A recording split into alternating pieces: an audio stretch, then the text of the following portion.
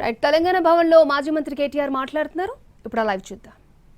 కాళేశ్వరం నీళ్లు వాడుకుంటూ కాళేశ్వరం ప్రాజెక్టును పూర్తి స్థాయిలో వినియోగించుకుంటూ దానివల్ల కీర్తి కోసం ప్రయత్నం చేస్తూనే మరొక వైపు కాళేశ్వరాన్ని బద్నాం చేసే ప్రయత్నం చూస్తుంటే తల్లిపాలు దాగి రొమ్ము గుద్దడం అనే సామెత కూడా గుర్తొస్తూ ఉన్నది.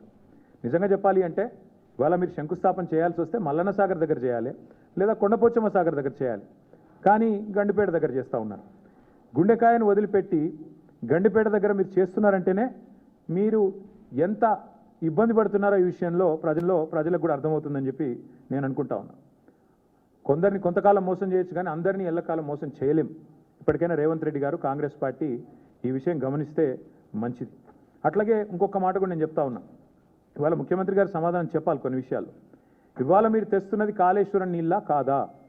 ఇవాళ మీరు తీసుకొస్తున్నది ఇక్కడ గండిపేటకి కాళేశ్వరం జలాలా కాదా? స్పష్టంగా చెప్పాలి.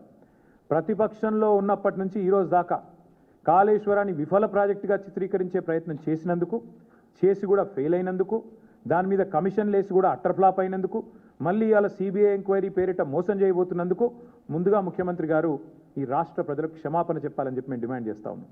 ఎందుకంటే ఎంత అరాచకమైన, ఎంత నికృష్టమైన బుద్ధి ఉన్నవాడైనా సరే ఇంత దిగజారుడు పని చేయరు.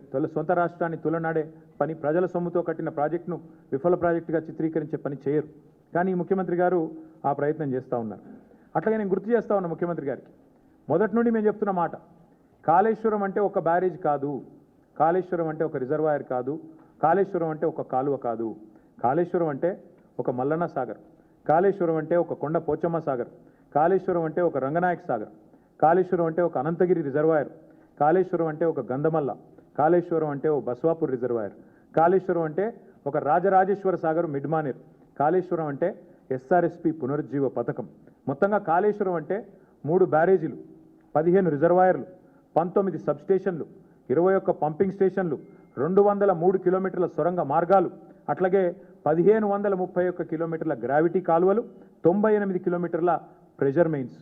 కాళేశ్వరం అంటే 141 టీఎంసీల స్టోరేజ్ కెపాసిటీ, 530 మీటర్లకి నీళ్ల ఎత్తిపోతల పథకం, multi stage lift irrigation project, ప్రపంచంలోనే అతిపెద్ద లిఫ్ట్ ఇరిగేషన్ ప్రాజెక్ట్ కాళేశ్వరం. ఇది వాస్తవం. కాళేశ్వరం ద్వారా ఇప్పటిదాకా 1 కాదు 2 కాదు, ఏకంగా 240 టీఎంసీల నీటి వినియోగం జరిగింది. ఇది అక్షర సత్యం.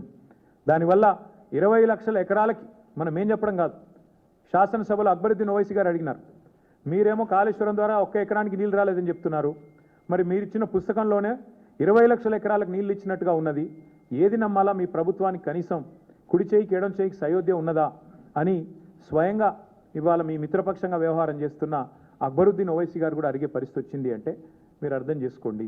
అట్లాగే అక్బరుద్దీన్ ఓవైసీ గారు అడిగినారు మొన్న, కాళేశ్వరం ఏదో కొట్టుకుపోయిందని మీరు అంటున్నారు, కానీ అక్కడ 12 లక్షల క్యూసెక్కుల వరద వచ్చినా నిక్షేపంలాగా ఉన్నది కదా బ్యారేజీ, మీరు అన్నట్టుగా ఏం లేదు, మీరు చెప్పేది తప్పు అనే మాట కూడా అక్బరుద్దీన్